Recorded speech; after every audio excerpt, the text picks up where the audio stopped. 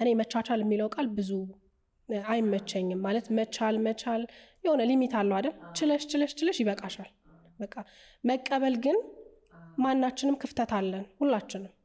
የሰው ልጅ መቼም ያለ ክፍተት አይፈጠርም ፍጹም አይደለም እዚህ መቀበል መቻል እሱም እኔን ሲቀበል እኔም እሱን ስቀበለው አንደርስታንድ መደራረጉ ሲኖር ሪሌሽንሺፑ ረዘም ላለ ጊዜ መቆየት ይችላል ብዬ አስባለሁ ይሄ እንግዲህ በእኔ ህይወት የሰራልኝ አይ ለብዙ ሰው መስራት የሚችል ሀሳብ ነው ብዬ አስባለሁ ልክ የመሆንና ያለመሆን አይደለም የማሸነፍና ያለማሸነፍ አይደለም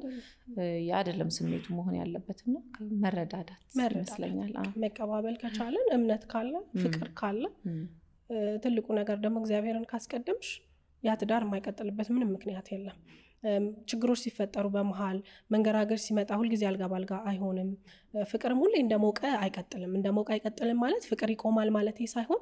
ፍቅርሽን የሚፈታተኑ ፈተናዎች በህይወትሽ ሊመጡ ይችላሉ ስለዚህ እነሱን ሁሉ ጠንክሮ ለማለፍ መጀመሪያው ትልቁ ነገር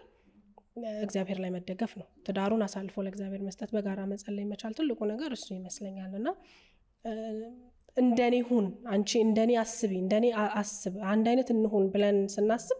ችግሩ የሚፈጠረው እሱ ጋር ይመስለኛል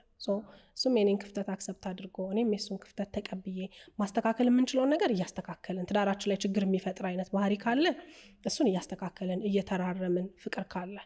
ዋናውና ትልቁ ነገር እሱ ይመስለኛል